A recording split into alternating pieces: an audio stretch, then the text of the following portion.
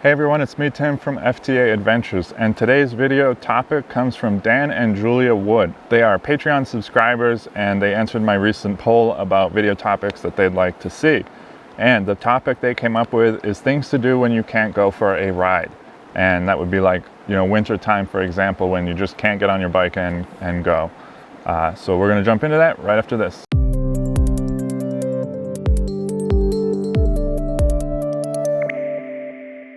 Number one thing to do when you can't ride your motorcycle is bike maintenance. Changing oil, checking tire pressure, checking all the seals and brakes and final drive, everything. Just go over your motorcycle so that when you can ride it, it's ready to go. It's a nice way to spend a little time with your bike, hopefully in a garage where you're warm or comfortable at least when you can't go on your motorcycle. Thing number two is trip planning. Get the map books out. Get online, start researching places you want to go, things you want to do. This is a really nice way to start your adventure before you actually leave home.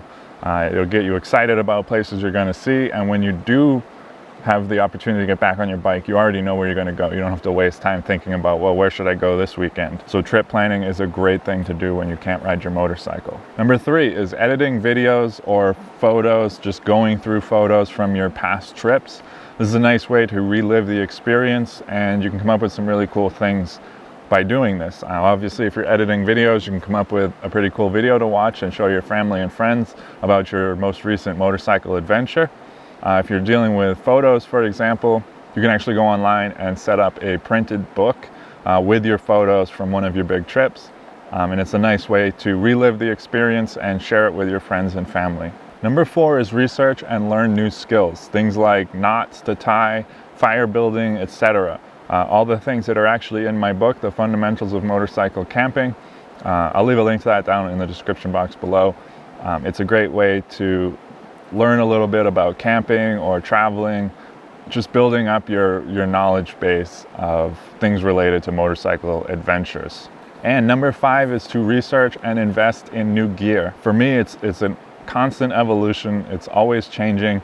I'm always looking for something different, something to tweak. Maybe I want a sleeping pad that's a little bit lighter than my current one, or maybe I want a tent that's freestanding as opposed to not freestanding. Every time I go out and I camp, I learn new things that affect my gear and my gear choices.